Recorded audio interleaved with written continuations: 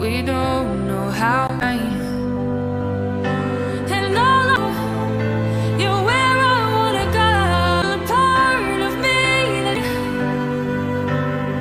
So when I'm out your words, it hurts. What's down and the back.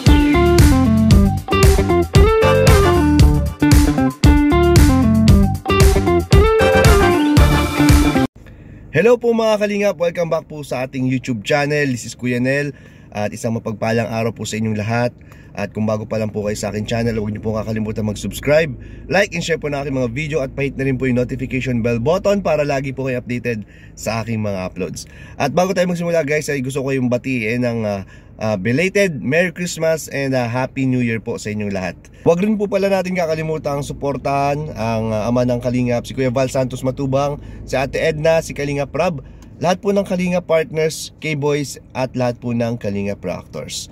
So ngayon nga pong hapon na to mga Kalingap ay pag-uusapan po natin ang isa pong pangyayari na naman or sa latest upload po ng EDC, kung saan ay isa pong hindi pangkaraniwang vlog po ang nangyari. Panoorin po natin mga Kalingap.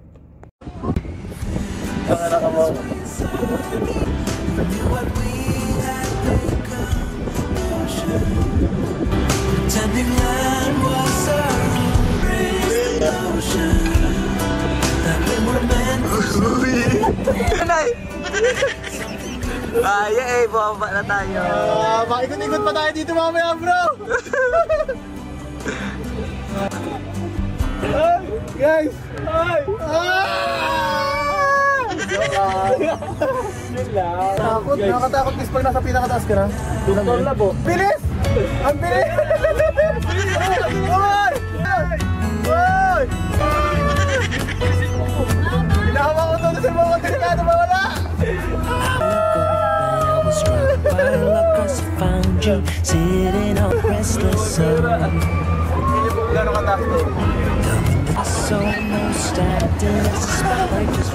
Ayan, sa wakas tapos na ang pagdurusa. Tapos na. Ayan, dyan, lumipad na po tayo. Mapunta na tayo sa langit.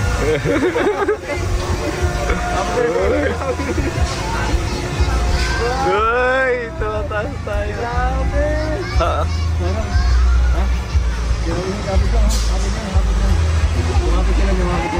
Ay!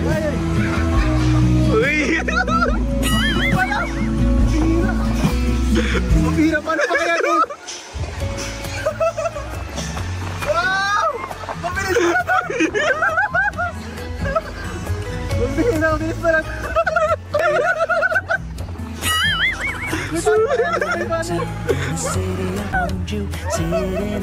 Ay! Ay! Parang ayaw mo sa kabila! Sunod pa na! Hindi tama lang. Kaya sa kabila nila! Uy! Buhay na ko! Hindi ka na ako maimatay guys! Basta na tayo! Hindi ko na alam pala! Bibilay!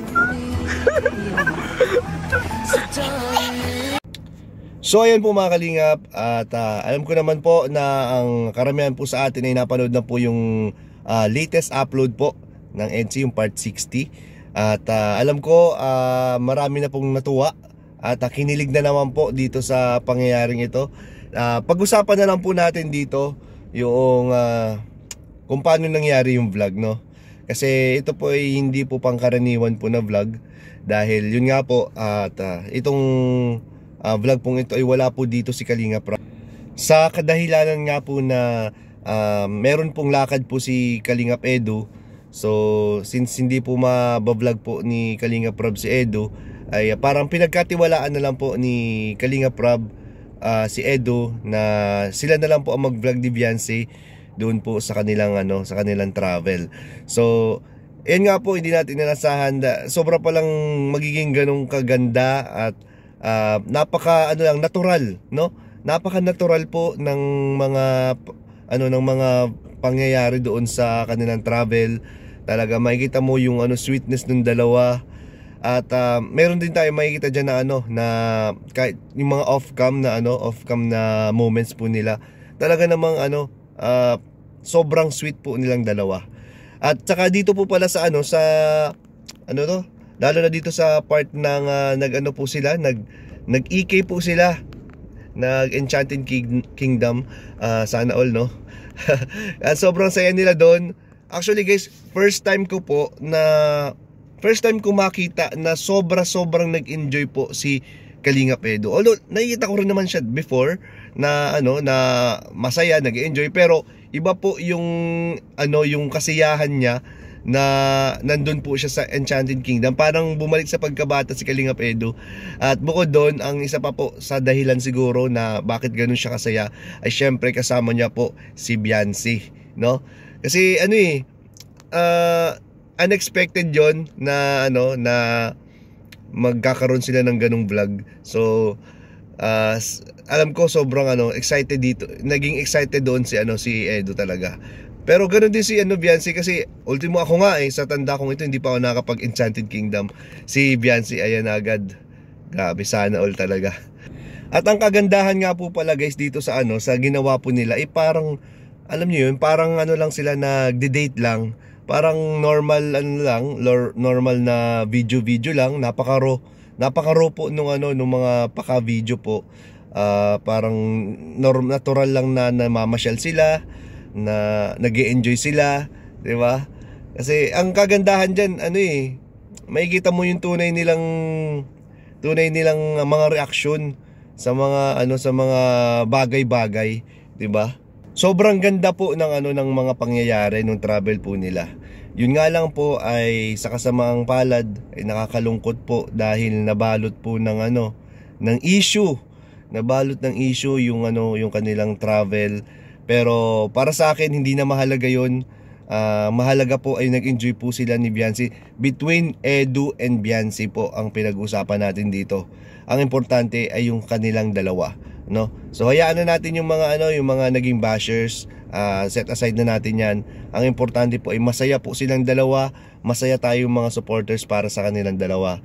At ayan, sana patuloy pa rin po natin suportahan ang kanilang love team at pati na rin po ang channel po ni Kalingap Rab. Yan, syempre under po sila ni Kalingap Rab, at syempre ang founder po natin si Kuya Val Santos Matubang. At ayun nga po, hanggang dito na lang po yung vlog po natin for today. Thank you so much po sa lahat.